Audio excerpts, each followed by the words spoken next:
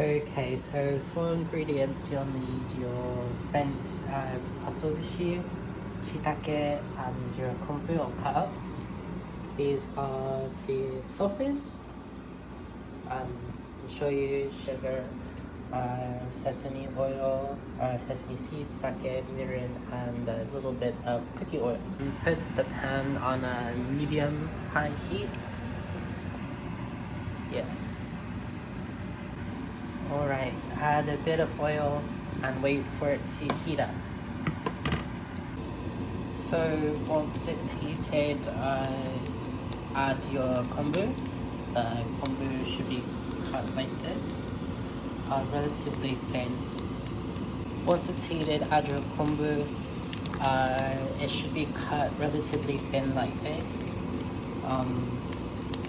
Yeah, and then stir fry for about 30 seconds, 30 to 45 seconds for it to heat up properly.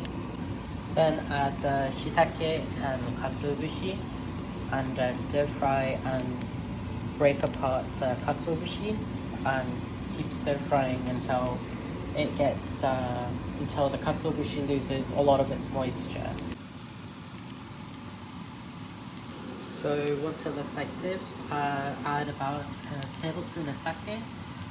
Sake first, always, because if you add soy sauce right now, it might burn the soy sauce and then you'll get a really bad taste. So about a tablespoon of sake, a tablespoon of mirin, and then stir fry that until the alcohol smell goes away. So once it looks like this, add about a tablespoon of sake. Sake first, always, because if you add soy sauce right now, it might burn the soy sauce and then you'll get a really bad taste.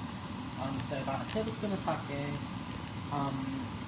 a tablespoon of mirin, and then stir fry that until the alcohol smell goes away. Okay, so after the alcohol smell goes away, add about a tablespoon and a half, depending upon taste, of soy sauce, how much you like. Okay, so after the alcohol smell goes away, add about a tablespoon and a half, depending upon taste, of soy sauce, how much you like. And then add about 2 tablespoons of sugar. It's going to be quite a bit of sugar. Okay, now that you're here, you want to reduce it and keep on stirring it until most of the liquid is gone. And this will help it keep in the fridge for a really long time. I would say probably about a month. Okay, now that we're here, add your sesame seeds and a very small drizzle of sesame oil. Stir fry for about 15 seconds more and then it should be done. Okay, now that we're here, add your sesame seeds and a very small drizzle of sesame oil. Stir fry for about 15 seconds more and then it should be done. Also, if it's too sweet or too salty, you can add more soy sauce or more sugar, and then reduce it again. Also, if it's too sweet or too salty, you can add more soy sauce or more sugar, and then reduce it again.